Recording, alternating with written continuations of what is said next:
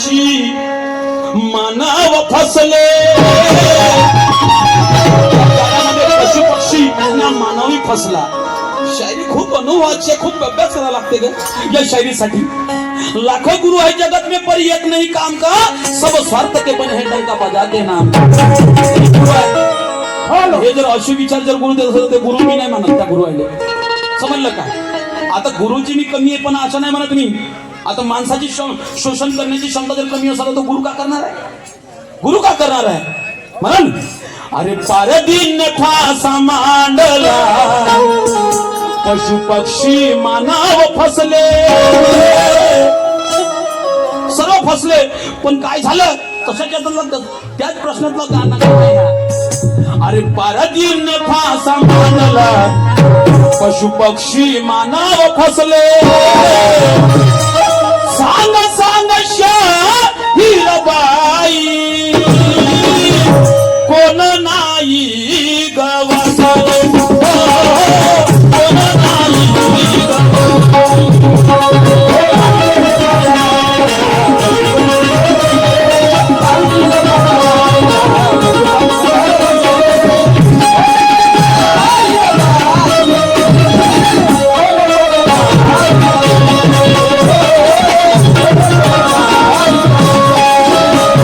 पारदीने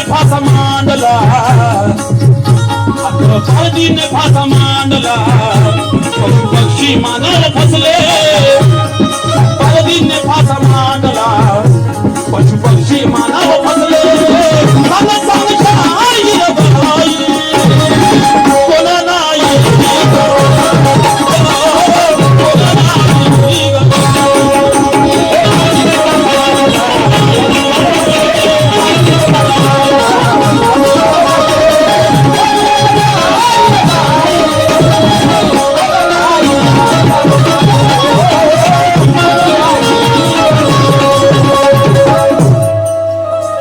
सांग शाहीरबाई.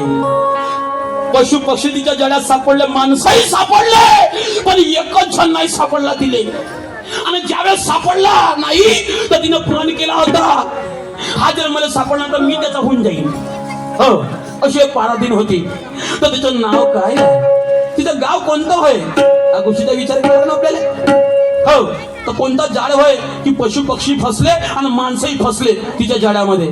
हो, जशी आता तू फसली, मी होठीवर, माझ्या हातात आहे घोटी, आणि आता फसली माझ्या जळात जाशी कोटी. आता तुला घेतलं बरोबर. म्हणून आता तू निष्ठा तसं निष्ठाच नाही, ते खांड होणार आहे दिवसभर या. संध्याकाळी खांड झाले नाही पाहिजे. वाचा तू स्वतःला आज. या अशी माझ्या काही गोष्ट आहे ना तर बाबा, म्हणजे तुझा विचार समजलं का? प्रत्येक गोष्टीला आधार देऊन तर काही म्हणायचं जर ऐका.